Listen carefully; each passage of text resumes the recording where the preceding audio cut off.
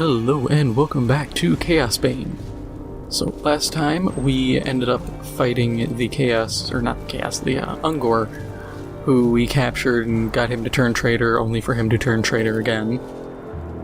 But we found out there is another cultist leader, and we have to go find him.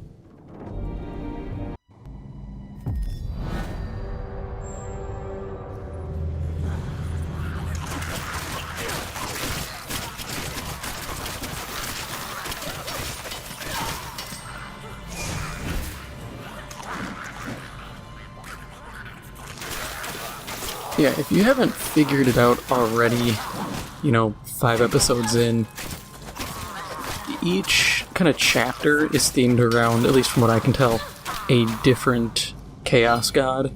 So this first one's clearly Nurgle. It's okay, but I really hope that chapter 5 is kind of like all of chaos together. Because I think, at least in fantasy, that's where fantasy shines, is when all of chaos is kind of united to some degree. When it's individuals, there's a lot of cool stuff that chaos can use, like more stuff than... Well, I don't know if it would be more stuff than what 40k has, but it's enough that... Like, each one's unique. But they're just... It's always better to have the greater variety. Like, I've played a bit further with my Dwarven Engineer, and I can say that, like, certain units get a little bit of a change, but they're generally the same unit, which... on one hand, kinda sucks, but on the other hand, I completely understand, because that's the easiest way to do most of this anyways. Like, Chaos is going to use certain things like, take Chaosbane. They all have them. They might have a little bit of unique effect here or there if there is enough unique effect. But in general, they're just Chaosbane. They're not gonna be like, hang on, Tzeentch doesn't do Chaosbane, he's got, something else. Like, no. They have a general, roster of universally accepted chaos units, and then they have their specialists.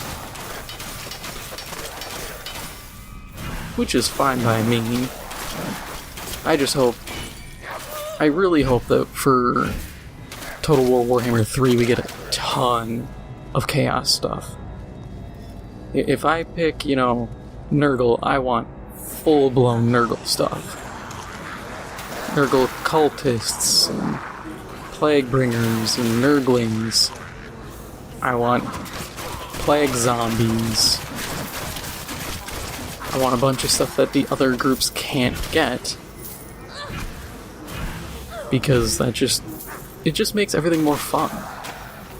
Because that's one complaint I've had with Total War Warhammer in general is, if you pick a faction, only in very rare instances is the game like, oh hey, they have a special unit no one else gets. Oh yeah, I forgot I have that Dryad I can throw at people. Didn't even cross my mind that it existed. Did I even remember to use it last episode? I don't think I did. I think I just kind of forgot its existence and was like, okay, moving on. Come on, everybody. You know what? Let's just try doing this for a little bit. Throwing the whirling blades is fun, but I got other abilities. I can afford to use them once in a while.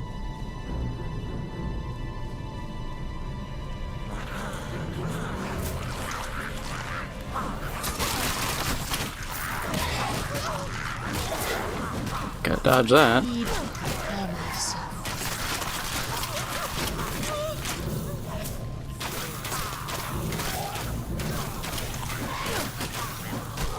Yeah, I've been wondering what else we're gonna get in Warhammer 3, because there's been, when you look at it, their options are, and I think I mentioned this before, you either go east and you start introducing Ind, Cathay, Nippon, places that the Games Workshop never really cared to touch on too much, which realistically was their fault, because they could have extended the lifespan of fantasy drastically by having those factions start to introduce themselves to the rest of the world. And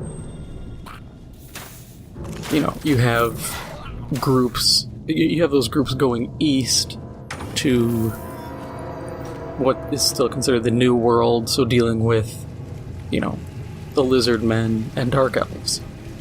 Well, we don't know how they would interact all too much, and I think it'd be interesting to see, are we just gonna have a bunch of samurai and terracotta soldiers running through the jungles fighting lizard men and Skaven? Because that'd be really cool. But we don't really get an answer to that whole question. It's a bit disappointing, because I'm genuinely interested in what would happen. Or how would I'm trying to think of what they're specifically called. The Ogre Kingdoms, how would they handle all this? How would they kind of unite and start pushing east? Would they push west, south? What would we see? I think there's a lot of stuff that fantasy never dipped into, and Warhammer 3 could, but I don't know how much Games Workshop would be like, yeah, you can use this crap we didn't really touch on. I get the feeling they would want to avoid it, because they didn't put the effort in to expand it all too much.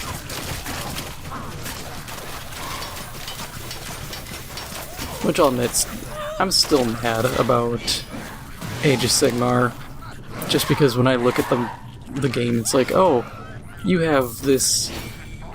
Like, I look at the lore, and I just cannot bring myself to care.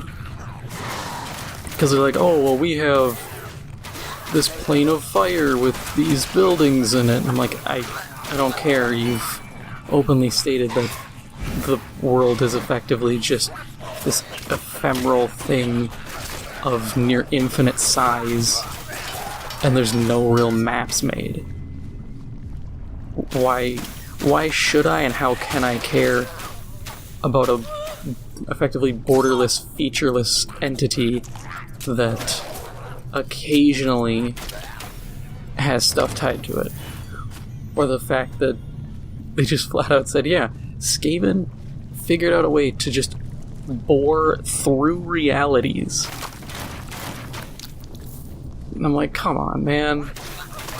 I like the Skaven being like technologically the equivalent of dwarves, where they can make these insane contraptions. I like that. I like having the...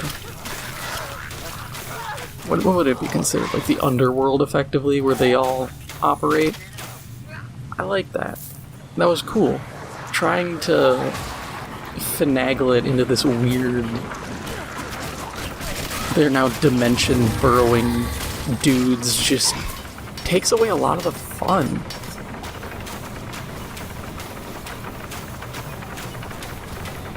And maybe it's just me, but I just don't see the appeal as much as old fantasy stuff. Like when they try to be like, oh yeah, well there's kind of Bretonnians still around, but they're different, and I'm like, then they're not Bretonnians. You the unbeliever, tear her apart. With that, another hooded man. And so it's just... I just want it to be better. And I get it, there are people who really like Age of Sigmar, and there are cool things. There are also things that kind of bother me, like there was a... I guess it's supposed to be dwarves or some other faction but they have like dirigibles with these huge guns and stuff on them, like effectively stubbers and bolters. And I was thinking, that's cool, but I don't like that the tech seems to be advancing more towards 40k. Because having that armored stuff, that's fine. You can have those dirigibles and whatnot, but I'd rather see them introduced as like, hey, after what was thought to be the end times, everyone retreated to their own lands to recuperate and rebuild, and some of the dwarves and the dwarven engineers came up with this. And you could almost introduce more groups within the dwarves and have one be almost strictly a like more technologically advanced group of dwarves. And I'd be cool with that. I think it'd be fun. This must be the tattoo. Gods of the ancient wood, forgive me. Turns out he just has a wiener tattooed on him. The man with the wiener tattoo.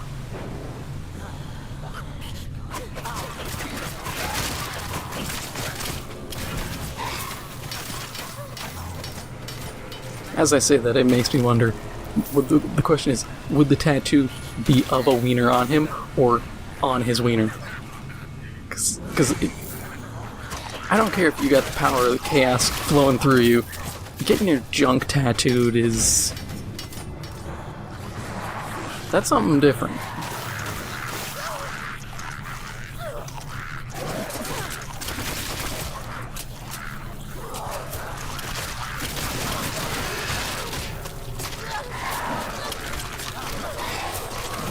I cannot, for the life of me, really justify using that rapid fire. The no poison damage just kills me.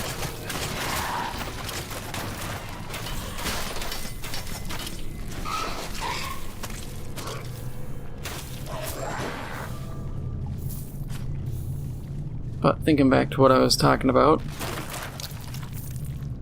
just like the tech for dwarves, it just felt weird. Or like, they introduced these, like, almost chaos cult kind of groups. I think they're chaos cultists, or at least chaos worshippers. And I was like, these are cool, but at the same time, I would have rather seen these as, like, after,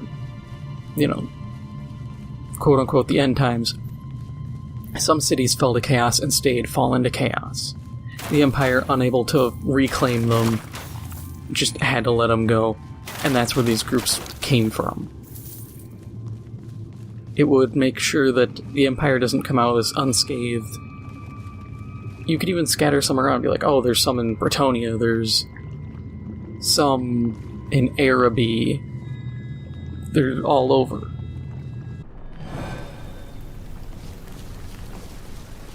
Wow, that was fast.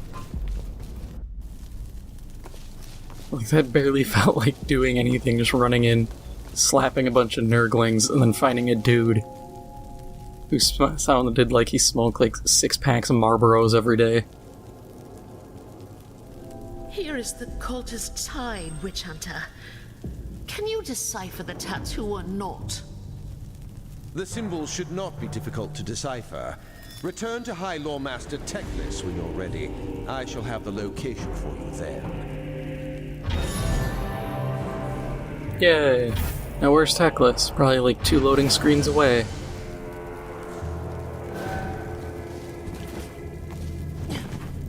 Why can't Teclis stay in one damn spot? Every time it's like, meet him here, meet him there. Quick, you need to go across the fort and find him standing here. It's like, dude, just stay still. Fortune is with us, young Azrai. Voss has deciphered the cultists' map and discovered the location of their shrine. The timing could not be better. I have consulted the archives, and the signs point to a propitious time for the Lord of Pestilence. Kessler and his cult will be gathering in the depths to perform their obscene rites. Then I will stalk them like a wolf in shadow. None will escape my bow. Killing the cultists isn't enough, Elessar. There will always be weak-willed souls willing to serve the ruinous powers. If we are to break the cult's power, we must also capture Friedrich Kessler, as well as any chaos relics he possesses. Only then will Nuln be free from Nurgle's grasp. Wait, but if there's always weak-willed people willing to serve chaos, if we capture the relics, aren't we just putting them all together for some weak-willed person who's going to serve chaos to grab them themselves? Wouldn't it be better to, I don't know, throw them into the ocean, throw them into... I mean, it's Teclis. He can get to Ulthuan if he wants. He can go to Vol's Anvil and chuck him in there. It's a giant volcano. I'm sure there are places you can dump relics that no mortal man will be able to reach. Unless Nurgle or Korn or someone is just gonna go to a cultist and be like, yo, here's a scuba suit. Go, cultist Scuba Steve, find my chaos relics. Deep in the ocean. Like, nah, that's probably not gonna happen. But that is all for now. If you enjoyed this episode, please make sure to hit the like button. It helps out the channel a lot. If you are new, please make sure to hit the subscribe button. Thank you for watching, and I'll see you in the next one.